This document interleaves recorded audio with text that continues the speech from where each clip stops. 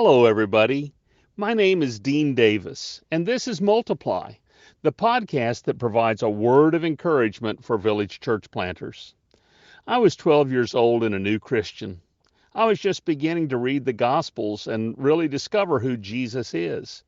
I knew he loved me and had forgiven my sins. I loved Jesus and wanted to follow him. So when the youth of my church planned an evangelistic trip, I asked if I could join them. Everyone seemed surprised. No one had thought to invite me. After all, I was only 12 years old and had only been a part of the youth group for a few months. But after a few days, they decided it would be okay for me to join the team. I was the youngest kid in the group. There were a few adults on the team, along with youth aged 13 to 18. No one really expected much of me, but I learned a great deal from the evangelistic examples of the older youth and adults who led the trip. They modeled the way with prayer. They prayed for things that I had never thought to ask God for, like transportation to get our team to the place where we would evangelize. Their faith challenged me. They taught me how to share my testimony and how to listen. They called out to God for people to be saved. Not only did they model the way of ministry to the 12-year-old Dean Davis, they helped me be a better servant of Christ. Over time, as they learned to trust me as a growing Christian, they gave me more responsibility. The leaders of my youth group modeled the way for me. They assisted me. They allowed me to minister as they watched me develop. Then they left ministry responsibility in my hands. Those first 7 years of my walk with Christ were very formative.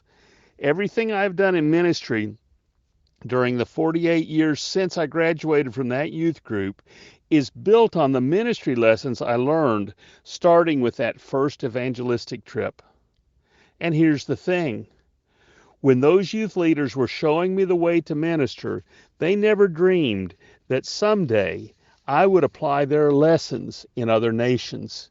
They never dreamed that I would be a missionary privileged to work on 5 continents, and neither did I.